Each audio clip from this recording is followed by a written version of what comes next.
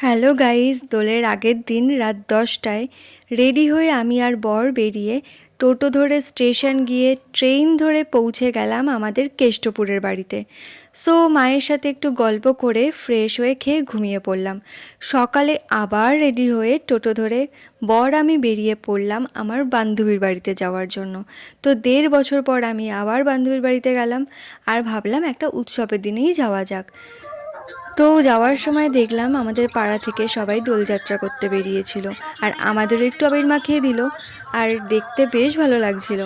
তারপর টুকটুক করে পৌঁছে গেলাম বান্ধবীর বাড়ি। ওখানে একটু বসে চলে গেলাম রান্না করতে।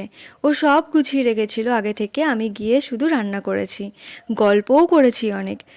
ওর যেহেতু প্রেগনেন্সি টাইম চলছে তাই আমি ওর সেরকম কোনো ভিডিও নিইনি, কিছু প্রবলেম বা নিয়ম থাকে তার জন্য। সো আমাদের দোল এমনভাবেই কাটলো। তোমাদের কেমন কাটলো?